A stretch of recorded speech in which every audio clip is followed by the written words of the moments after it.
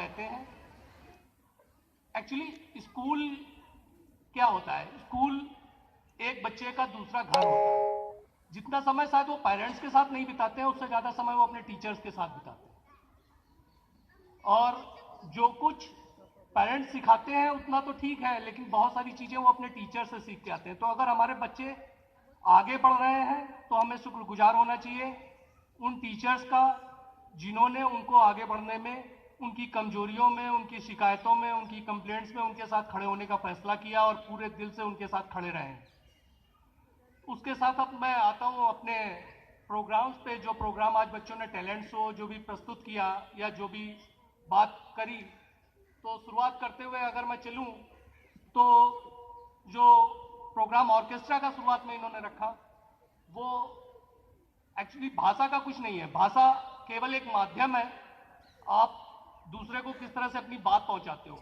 एक बच्ची ने यहाँ पर कोरियन सॉन्ग गाया, लेकिन वो इतना शायद किसी को भी उसकी अर्थ नहीं समझ में आया होगा। जो उसने अंग्रेजी में समझाया वो सबको समझ में आया, लेकिन उसके बाद किसी को उसका अर्थ नहीं समझ आया होगा।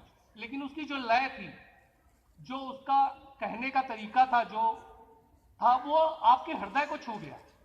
आप सबने उसकी सौम्यता को महसूस किया होगा, अपने हृदय से उसकी सौम्यता को महसूस किया होगा। हमने यहाँ पर कर्नाटक, गुजरात, पंजाब, कुचिपुड़ी देखा, भरतनाट्यम देखा, हर तरह के डांस देखे, हर तरह के। यही हमारे भारत की खूबसूरती है, जो एक मंच पर हमारी ये बच्चियां लेकर के प्रस्तुत हुई है और आप लोगों से इसको सराहना भी मिली है। अब एक बड़ा अच्छा सा यम सभा करके इन्होंने नाटक प्रस्तुत किया, जो एक चुटीला व्यंग था आज की समस्याओं के ऊपर।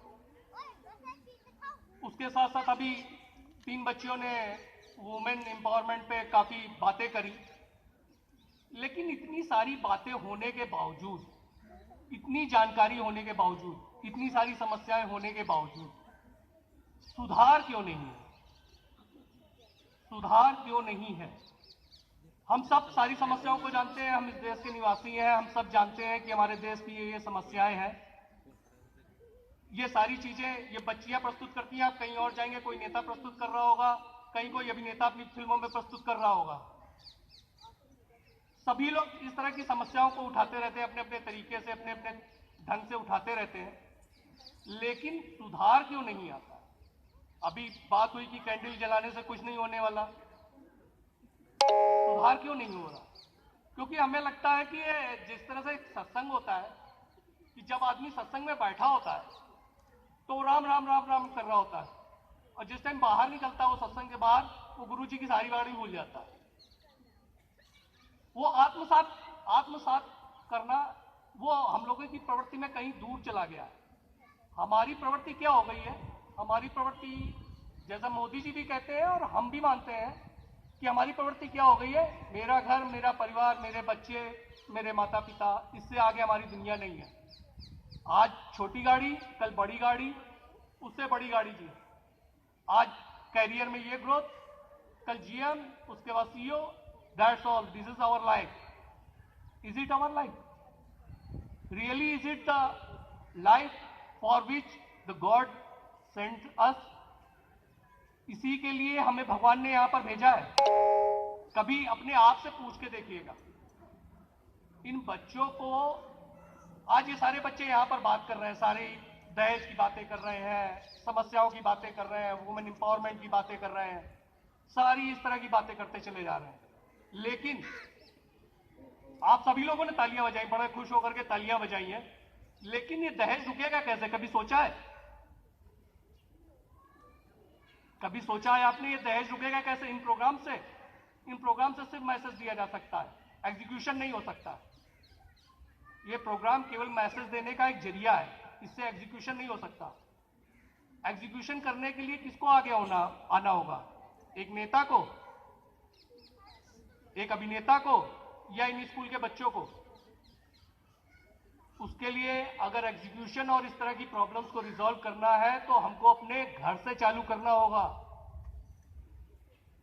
हमारे घर में अगर किसी परिवार में दहेज लिया जाता है, हम उन शादियों का बहिष्कार करें, स्पेशली लड़कों की तरफ से, लड़कियों की तरफ से नहीं, लड़कों की तरफ से। जिन परिवारों में दहेज मांगा जाता है उन परिवार के लड़कों की शादियों का बहिष्कार करें। हमारे घर के अगर भाई के बेटे की भी शादी है और हम वहां नहीं जाते हैं, तब आप एग्जीक्यूट कर रहे हैं। तालियां बजाने से कुछ नहीं होने वाला, कुछ नहीं होगा तालियां बजाने से।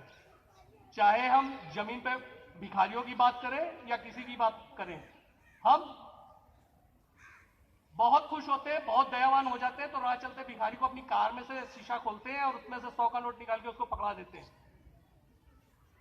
हमारा रोल फिनिश, हमारा रोल फिनिश हो गया। उससे भारत की सारी निर्धनता दूर हो जाएगी आपके 100 रुपए के नोट से, या 1000 रुपए का नोट आप दे दोगे तो भारत की निर्धनता दूर हो जाएगी? कभी नहीं दूर होगी।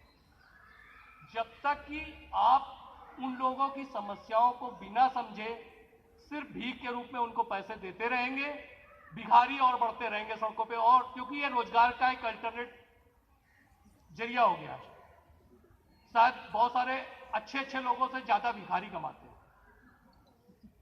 हकीकत तो, जमीनी हकीकत यही है। अगर हम चाहें तो क्या चेंज नहीं आ सकता? अगर हम चाहें तो क्या चेंज आ सकता है या नहीं आ सकता? मैं आप लोगों से जानना चाहता हूं, आ सकता है? चाहते हैं क्या वास्तव में चेंज लाना? चाहते हैं या सिर्फ स्पीच करना चाहते हैं, सिर्फ प्रोग्राम्स में अच्छी अच्छी बड़ी बड़ी बातें करना चाहते हैं, या नेताओं की बातों पे तालियां बजा देते हैं और खत्म कर देते हैं बात को वहीं से? हम जिस दिन वोट डालना होता है उस दिन इतने सारे एडवर्टाइजमेंट आ रहे होते हैं टीवी पे कि आप वोट, आपका अधिकार है, आप जाके वोट डालें।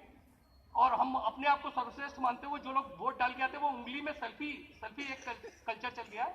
वो सेल्फी लेके अपनी उंगली का वोट के लिए दिखाते रहते हैं कि मैं वोट डाल गया, मैंने फिर भी उसके बावजूद 60%, 68% से ज्यादा वोटिंग नहीं हो पाती। वोट डालने के बाद हम सोचते हैं हमने अपने राष्ट्र का हक अदा कर दिया, जिस धरती पे हमने जन्म लिया उसका पूरा हक अदा कर दिया। वोट डालने के बाद हमने सारी चीजें मेरी खत्म हो गई, मेरे एंड से खत्म। अब जिस बंदे को मैंने वोट दिया उसमें से कोई भी चुना जाए, सब एक जैसे हैं, कोई भी चुना जाए। उन्होंने भ्रष्टाचार तो कर रही है, और हमने ऐसा ही प्रोग्राम्स में बैठ करके तालियां बजानी है उन भ्रष्टाचार के खिलाफ। जो प्रोग्राम में या कोई और व्यक्ति बोलेगा तो उसके लिए हमने तालियां बजानी है, तालियां पीटनी है। हो गया भ्रष्टाचार खत्म। फिर तो कर लिया हम लोगों ने भ्रष्टाचार खत्म।